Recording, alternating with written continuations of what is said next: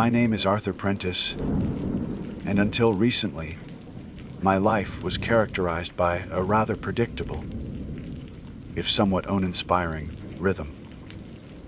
A junior archivist by day, my evenings were my own, though often as quiet as the ancient documents I handled.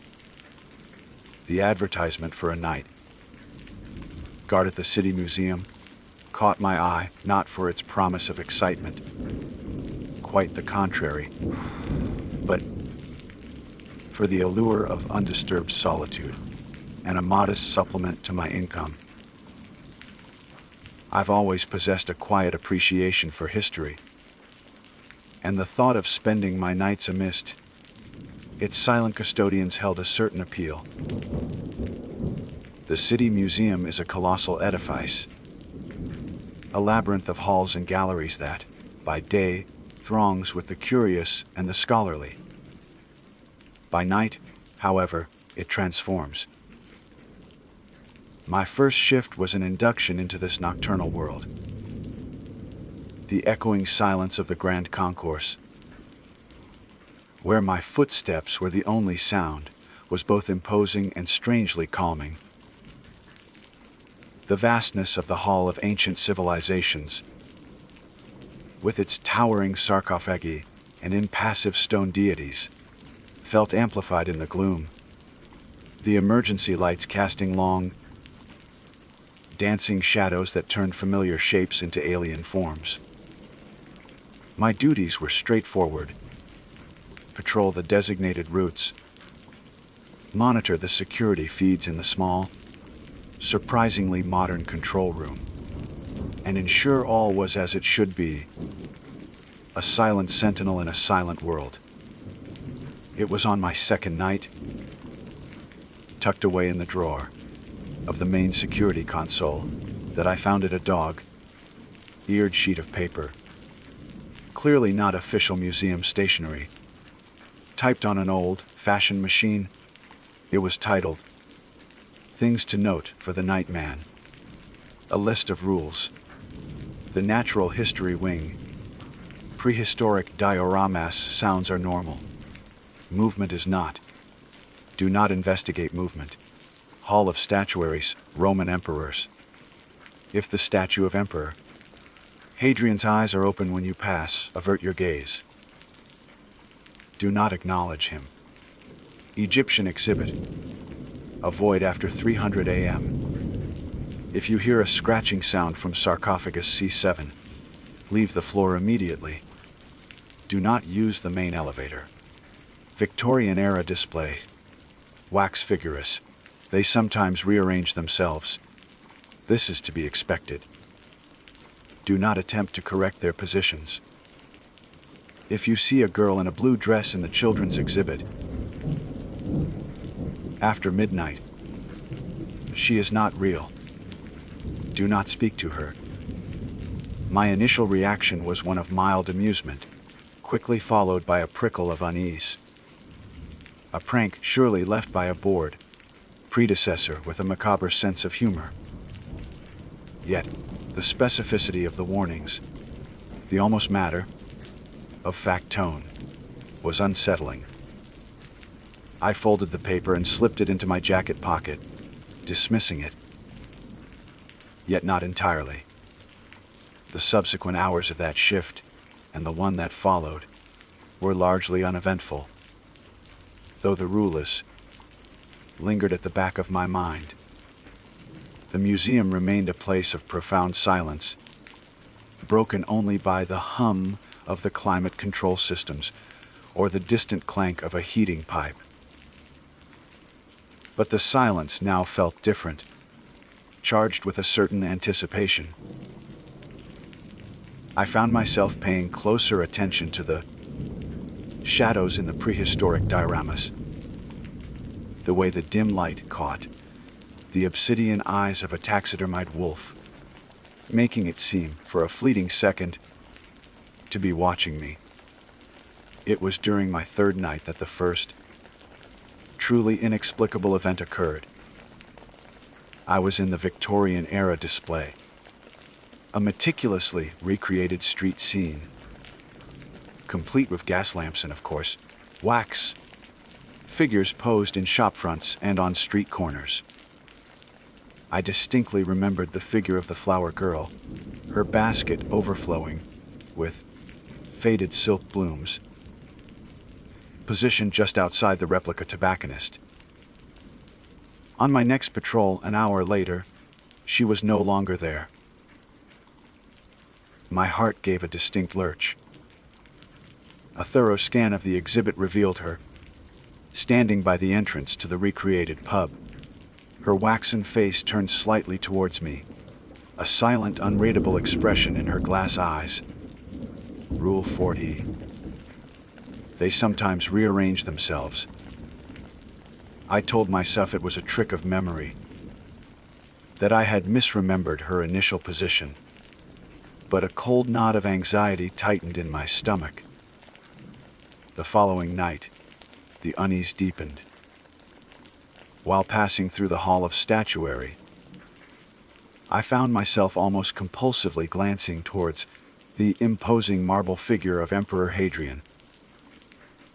His sculpted eyes were, to my relief, closed, or at least appeared so in the dim light. A foolish, irrational relief, yet palpable. Later, in the security control room, one of the monitors, focused on the darkened aquarium, flickered erratically for a few moments before stabilizing. The official log showed no power fluctuations. I began to feel the oppressive weight of the museum's solitude in a way I hadn't before. Each creak of the ancient building, each sigh of the ventilation seemed to carry a hidden meaning. The vast, empty halls felt less like repositories of history and more like a hunting ground, and I, the solitary prey. I started to jump at sudden noises, my own shadow sometimes, startling me as it stretched and contorted in the beam of my flashlight. I even found myself smelling things that couldn't be there, a faint, cloying sweetness near the Mesoamerican exhibit, the acrid scent of something like burnt feathers. In the otherwise sterile environment of the mineralogy section, the rulas became a strange sort of companion. I'd find myself reciting them, mentally as I approached certain areas, a bizarre litany against the encroaching dread.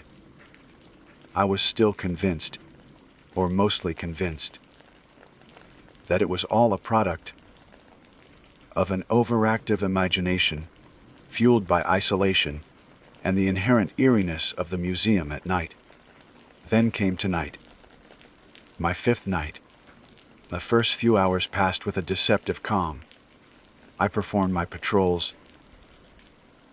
The silence of the museum, broken only by the rhythmic tap of my own heels on the polished marble floors. I even allowed myself a small, internal scoff at my earlier anxieties. It was just a building, after all. Old, yes. Vast, certainly.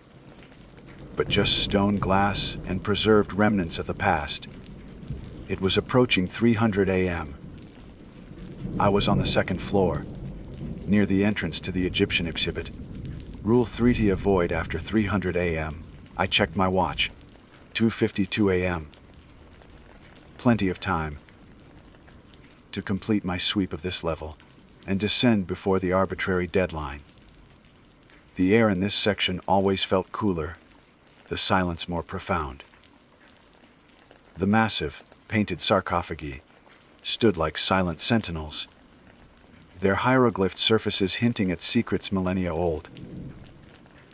I was passing sarcophagus C7, a particularly ornate specimen belonging to some long forgotten noblewoman, when I heard it. A sound that was not the building settling, not the hum of machinery, not the wind outside. It was a dry, distinct scratching. It came from inside sarcophagus C7. My blood turned to ice. I froze, every nerve ending screaming. The scratching came again, louder this time, accompanied by a faint, rustling whisper like dry leaves skittering across stone. It was impossible. Utterly, terrifyingly impossible. Then the lid of sarcophagus C7, a massive slab of stone and painted wood that must have weighed hundreds of pounds, shifted. Just an inch, perhaps less, but it moved.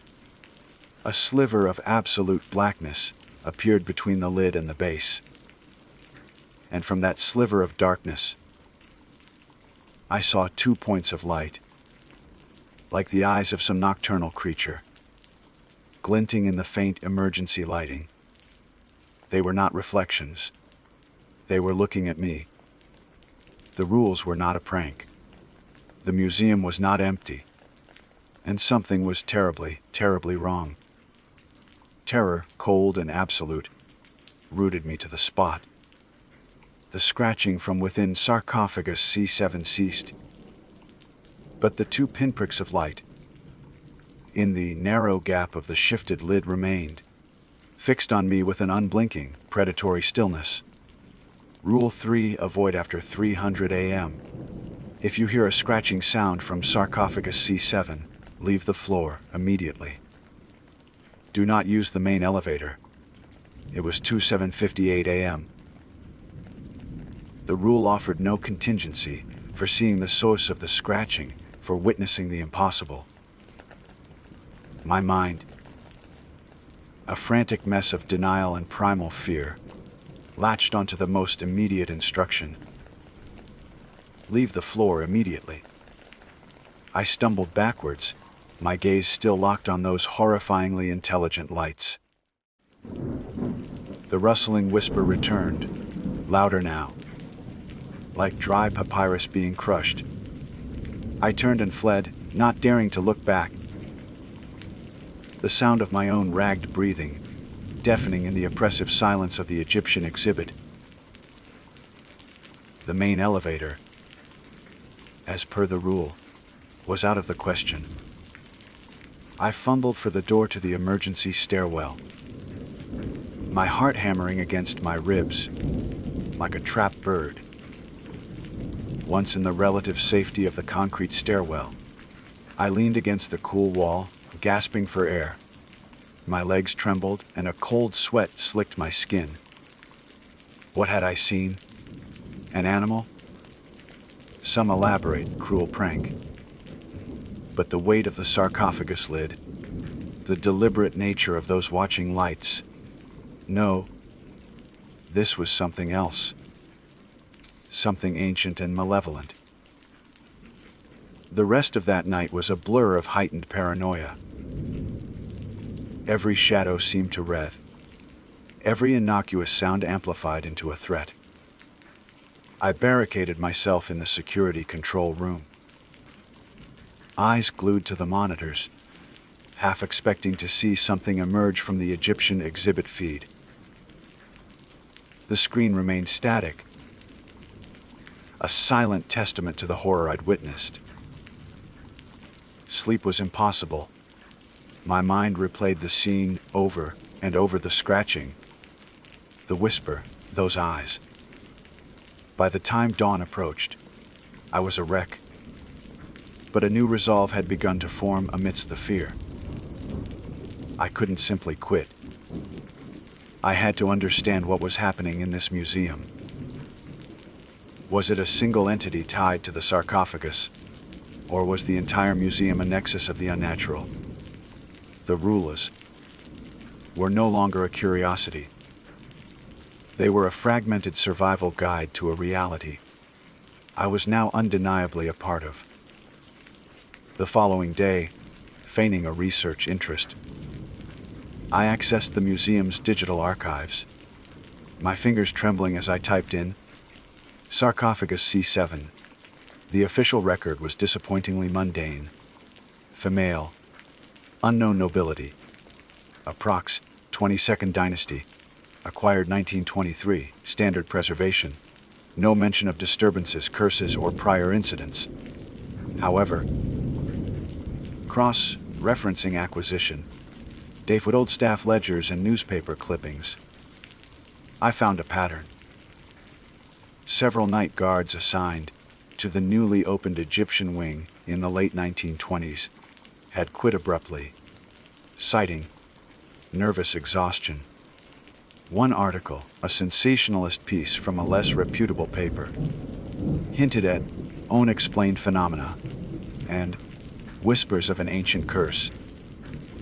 It wasn't much, but it was something. My next few shifts were a tightrope walk between my official duties and my clandestine investigation. The fear was a constant companion, a cold pressure in my chest. I began to document everything. The flower girl in the Victorian exhibit, who now seemed to change her position almost nightly, her painted smile more unnerving each time, the distinct cold spots near certain artifacts, particularly a collection of tribal masks in the African culture's wing, the flickering lights in the artquarium that always seemed to coincide with a faint, almost inaudible humming sound. The rules regarding the masks were not on the type sheet, but I started to formulate my own. Rule 4 on my list was about the Victorian wax figures. The tribal masks, however, presented a different kind of unease. One mask in particular, a grotesque wooden carving with hollow eyes and bared teeth, seemed to exude a palpable aura of menace. I found myself avoiding that section, a new written rule forming in my mind. Do not linger near the weeping mask after 200 a.m. I called it the weeping mask because on 2 separate occasions I'd seen what looked like moisture glistening beneath its empty eye sockets. My isolation deepened. Who could I tell? Who would believe that Arthur Prentice, the quiet archivist, was battling supernatural forces in the City Museum? My carefully constructed professional persona felt like a fragile shell around the terrified man I was becoming. My narration of events, even to myself in my private journal, started to feel unhinged. Sentences became shorter, more fragmented, especially when describing the truly inexplicable. Saw the flower girl again. Closer this time. Smiled. Not a nice smile. One night, driven by a desperate need for answers, I decided to subtly break one of the original rules. Rule 1T, the Natural History Wing prehistoric dioramas sounds are normal. Movement is not. Do not investigate movement. I'd always heard faint rustlings from the massive diorama of the Pleistocene era, the mammoths, the saber-toothed cats, frozen in time. Tonight, armed with a high-powered flashlight and my heart pounding, I stepped over the low barrier. The air was colder inside the diorama, the painted backdrop of a glacial landscape, feeling unnervingly real. I swept my flashlight beam across the scene. The mammoth's great, glassy eye seemed to follow me. A trick of the light, I told myself.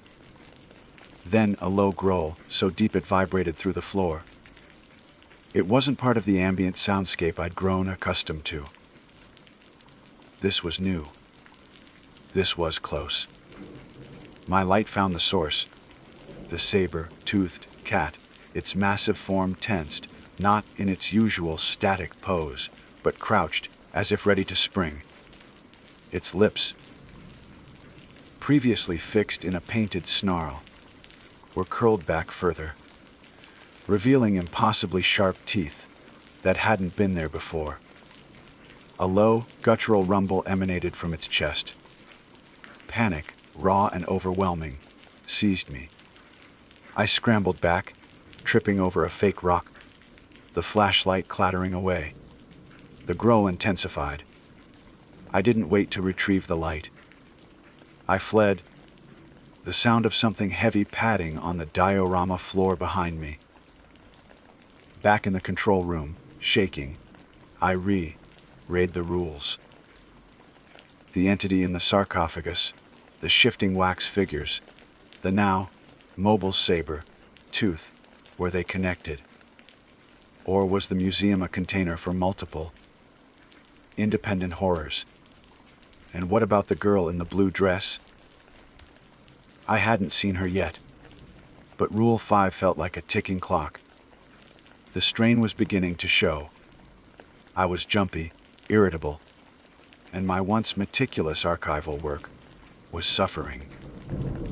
My formal, educated way of speaking sometimes fractured under the stress. Thoughts tumbling out in a less organized fashion when I tried to articulate the impossible. I found myself obsessively checking the security feeds, looking for patterns, for any sign that it, whatever it was, or they were, was learning my routines. Were my attempts to understand the rules simply teaching the entities how to better torment me?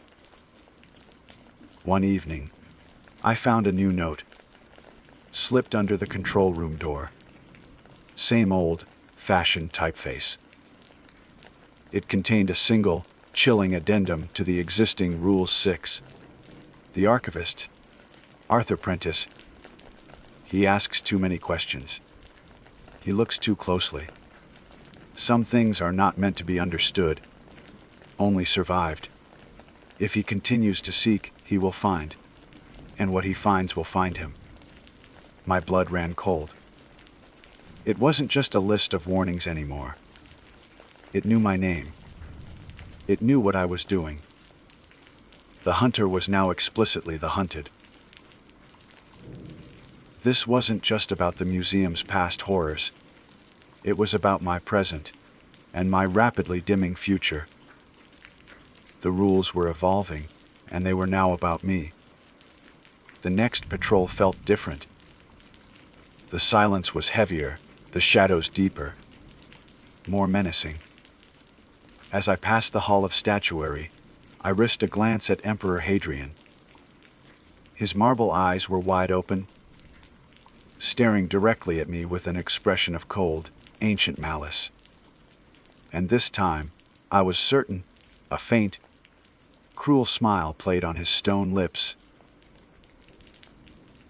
The sight of Emperor Hadrian's marble eyes, wide and fixed on me with that nascent, cruel smile, shattered the last vestiges of my professional composure. Rule 6, he asks too many questions. He looks too closely. If he continues to seek, he will find. And what he finds will find him, echoed in my mind.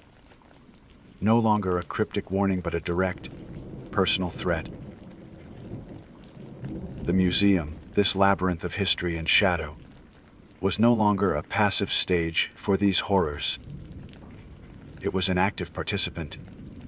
And I, Arthur Prentice, its designated quarry. My nights descended into a frantic ballad of terror and desperate research. Sleep became a luxury I couldn't afford. Each closing of my eyes an invitation for the unseen to draw nearer. My formal, archivist's mind, once a source of pride, began to fray. Journal entries became disjointed, peppered with frantic questions and half-formed theories. The eyes, Hadrian's eyes, they knew. How? The note a new rule for me. Not just observation, participation. Am I part of the exhibit now? My carefully structured sentences sometimes devolved into clipped, breathless observations. The language of a man teetering on the edge. The entities seemed to delight in this. The flower girl in the Victorian exhibit once appeared holding a single, withered black rose, a flower not present in her basket before. The scratching from sarcophagus C7 became more insistent on nights when my research felt close to a breakthrough, a mocking counterpoint to my frantic page. Turning in the museum's dusty, forgotten archives, I pored over acquisition records, architectural blueprints, and obscure local histories, searching for a common thread, a point of origin for the museum's malevolence. The breakthrough, when it came, was not a grand revelation, but a chilling convergence of details. An old leather-bound diary, miscatalogued and tucked away in a box of unassociated Victorian ephemera, belonged to the museum's first curator, a man named Alastair Finch. Finch, a renowned antiquarian with a penchant for the esoteric, had amassed the museum's core collection. His entries, initially lucid and academic, grew increasingly erratic. He wrote of whispers from the collection, of communing with the old ones, and of feeding the silence. He described rituals, performed within the museum itself, intended to waken the dormant echoes of history. One entry, dated shortly before his mysterious disappearance, detailed a grand confluence, a ritual to bind the attendant spirits to the museum, making them its eternal, unseen guardians and, it seemed, its prisoners. The rules, I realized, weren't just for survival. They were part of the binding, a perverse set of protocols that maintained the entities tethered to this place. Finch's diary mentioned a focal point for this binding, a small, unassuming obsidian scarab, listed in the museum's oldest ledgers simply as Egyptian amulet, provenance unknown, housed, to my horror, within sarcophagus C7. This was the heart of the darkness. To break the cycle, the amulet had to be destroyed or removed from the museum. The final night arrived with an almost palpable sense of doom. The air in the museum was thick, heavy with an unseen pressure. My objective was clear: reach sarcophagus C7, retrieve the obsidian scarab, and get it out. The rules, however, were now a minefield. Rule 3. Avoid Egyptian exhibit after 300 a.m. It was already 100 a.m. My journey to the Egyptian exhibit was a gauntlet. The saber-toothed cat in the natural history wing was not in its diorama, but crouched at the end of the corridor, its eyes glowing with an unnatural light. I used my knowledge of the museum's layout, ducking through a rarely used service passage that bypassed that section, the sound of its claws scraping on marble echoing behind me. In the hall of statuary, Hadrian's eyes were not just open. His entire head was turned, tracking my progress. The other statues seemed to shift subtly, their stone limbs appearing to twitch in my peripheral vision. I remembered Finch's diary mentioning that the confluence drew power from all items of significant historical resonance. They were all connected, all part of the museum's waking nightmare. Reaching the Egyptian exhibit felt like stepping into a tomb. The air was frigid. The scratching from sarcophagus C7 was frantic, a desperate, clawing sound. As I approached, the lid, that impossibly heavy stone, slid further open. The 2 points of light within burned brighter. This was it. The culmination. My formal training as an archivist. My nights of terror, my desperate research, it all led to this. I had to get the scarab. I thought of Finch's notes on sympathetic resonance and an obscure reference to the disruptive properties of pure iron on concentrated telluric energies. In the restoration lab, I'd seen old iron tools, discarded from earlier, less refined conservation efforts. A desperate gamble. Armed with a heavy iron chisel, I approached the sarcophagus. The whispering intensified, coiling around me, trying to worm its way into my thoughts, promising knowledge, power, an end to fear. I ignored it, focusing on the task, reaching into the oppressive darkness of the sarcophagus. My hand closed around a small, cold object, the obsidian scarab. The moment I touched it, a shockwave of icy energy pulsed through the room. The lights in the exhibit exploded. The other sarcophagi lids rattled violently. From down the hall, I heard a shattering sound, perhaps Hadrian, no longer content to merely watch. Clutching the scarab and the iron chisel, I ran. The museum was in uproar. Alarms blared. Not the orderly security alarms, but a cacophony of shrieks and wails that seemed to emanate from the very walls. Shadows danced with a life of their own, coalescing into grasping, vaguely humanoid forms. My desperate flight led me to the main entrance. The great bronze doors were sealed shut, trapped. But Finch's diary had mentioned one final, desperate contingency. Should the confluence break, the energies will seek to re-establish themselves. Only a significant offering, a sacrifice of its own heart, can truly sever the bond.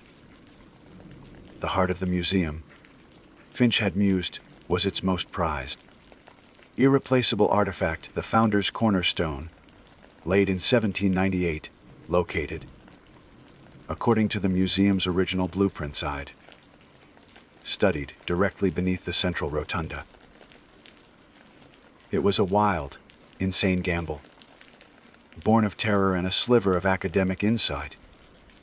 With the chisel, fueled by adrenaline and a terror that had transcended into a strange, cold clarity, I attacked the marble floor of the rotunda, chipping away until I found the rough, hewn surface of the cornerstone. The obsidian scarab in my other hand pulsed with a sickening coldness. I slammed the iron chisel into the ancient stone, again and again. With a final, desperate blow, a crack appeared in the cornerstone. I thrust the obsidian scarab deep into the fissure. The effect was instantaneous and catastrophic. A deafening implosion of sound, a blinding flash of non-light. The very foundations of the museum groaned. The screaming from the walls reached a fever pitch, then abruptly cut off. Silence. A true, empty silence. I stumbled out into the pre-dawn gray, the iron chisel still in my hand. My clothes torn, my body bruised, my mind fractured. The city museum stood behind me, seemingly intact, but the oppressive aura that had clung to it was gone. I never returned. My resignation was tendered via a brief, formal letter. I offered no explanation. What could I say? That I had battled ancient spirits and shattered the heart of the museum to save my sanity, and perhaps more. Sometimes, late at night, when the city is quiet, I think I can still hear the faint scratching sound, a distant echo in my memory. The rules are broken. The hunt is over. But a quiet Arthur Prentice, the quiet archivist, remains trapped in those silent, shadowed halls, forever the night guard in a museum where something was terribly, terribly wrong.